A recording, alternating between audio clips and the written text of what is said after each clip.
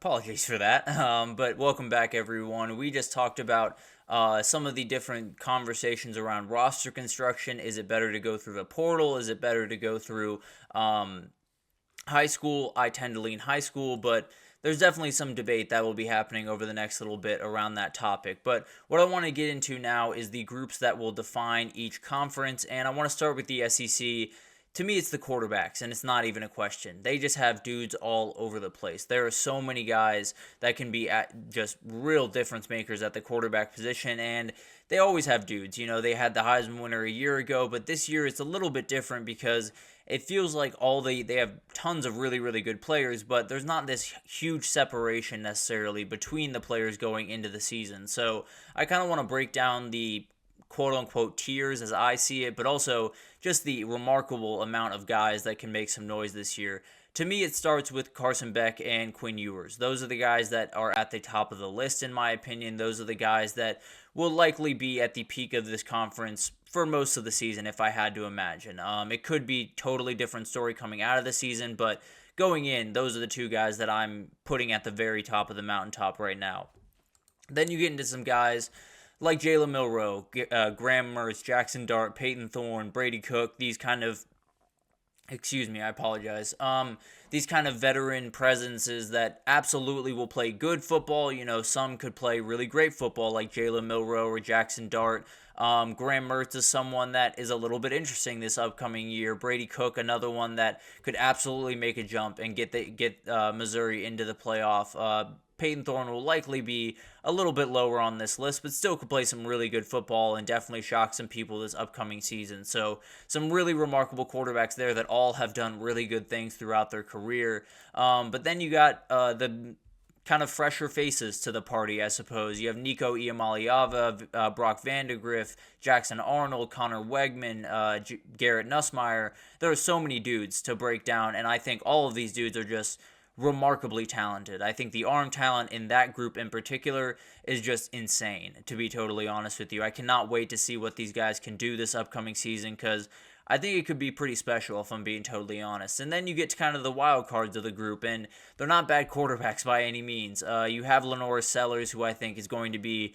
a very, very interesting guy to watch this year. I don't necessarily think South Carolina is going to be all that great, but I think that kid's going to be really, really good. And then you have, Diego Pavia, Blake Shapen coming over from Baylor into Mississippi State. And I think that's going to be a very interesting thing to watch as well because that was a pretty good quarterback over there at Baylor for quite some time. And going into an offense that is very quarterback friendly, maybe Mississippi State makes some noise. Who knows? And then you have Taylon Green down at Arkansas, who is one of those guys that I think is good for at least one game where you turn on the TV and Arkansas is beating someone they're not supposed to be beating, and it's because Taylon Green is putting up just crazy numbers. So the SEC is going to have elite defenses. They're going to have elite offenses. They're going to have big-time teams all across the place. But I think the separator is going to be the quarterback play. Whoever has the best quarterback in the conference, I think will likely win the conference. Whoever, puts their quarterback in the best position, which is kind of an offensive coordinator, head coaching type job, will likely be in the best position. But quarterback is always the most important position on the field, but in the SEC, it just feels that much more important, to be totally honest with you, especially this year.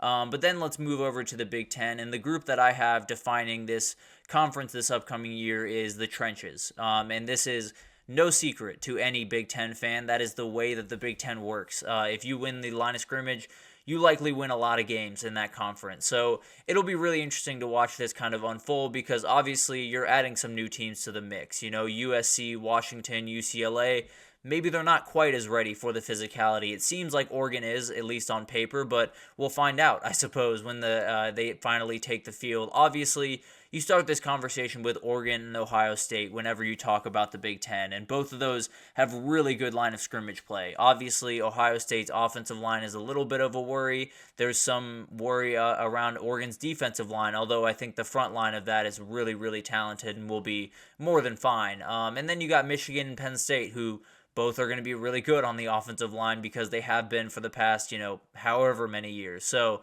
I think you have, when you look at the top end of this conference, when you look at the teams that will likely win this conference at the end of the day, that's where their team starts, is in the trenches and winning those battles at the line of scrimmage. So it'll be really interesting to watch. But also, when you look at kind of the dark horse teams in the conference, Nebraska, Iowa, you could also include USC in here, but they don't necessarily have the trenches that the other two do.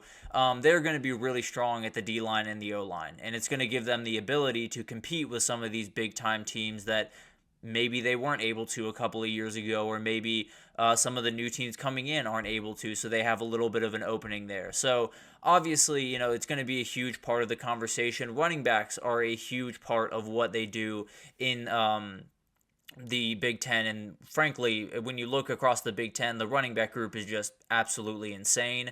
And you need movement at the line of scrimmage if you're going to be able to win football games. Frankly, the way I said, whoever has the best quarterback play in the SEC will win that conference.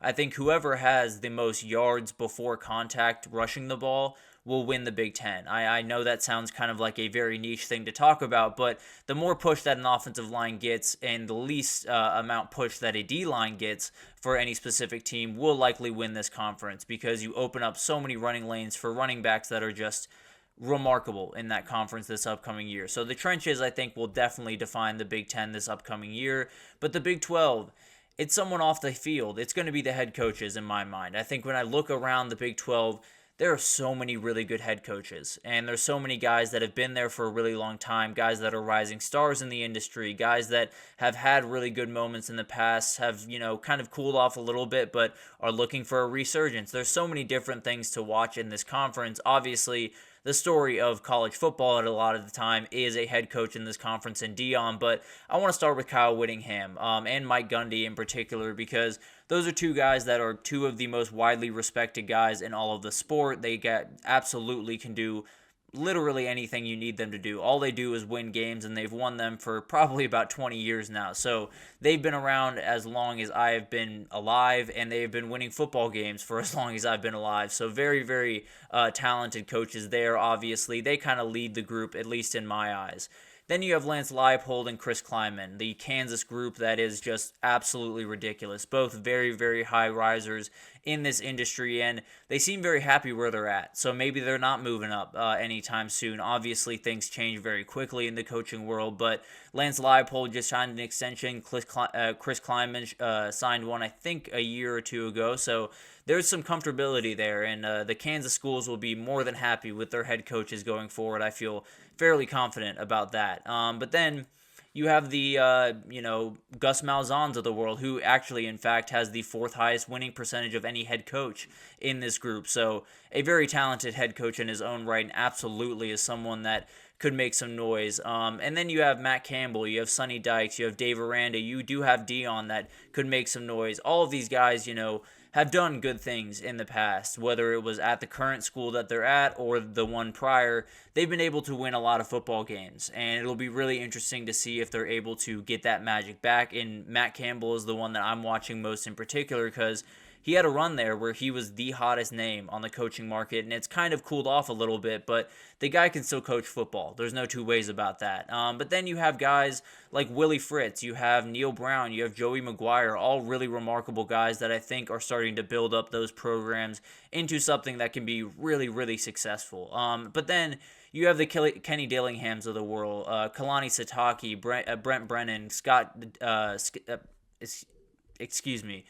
Satterfield, who are all kind of towards the bottom, but I think are very, very capable coaches, and particularly Kenny Dillingham and Brent Brennan, I think will have winners in this league in some time in the future. So this is going to be really interesting, because all of these schools are very, very closely packed in this conference. That's why it's my favorite conference going into this year, and usually in those conferences, the adjustments made are the ones that make the difference. So the head coaches and really the coaching staff overall is going to be the deciding factor in the Big 12. I feel very confident about that.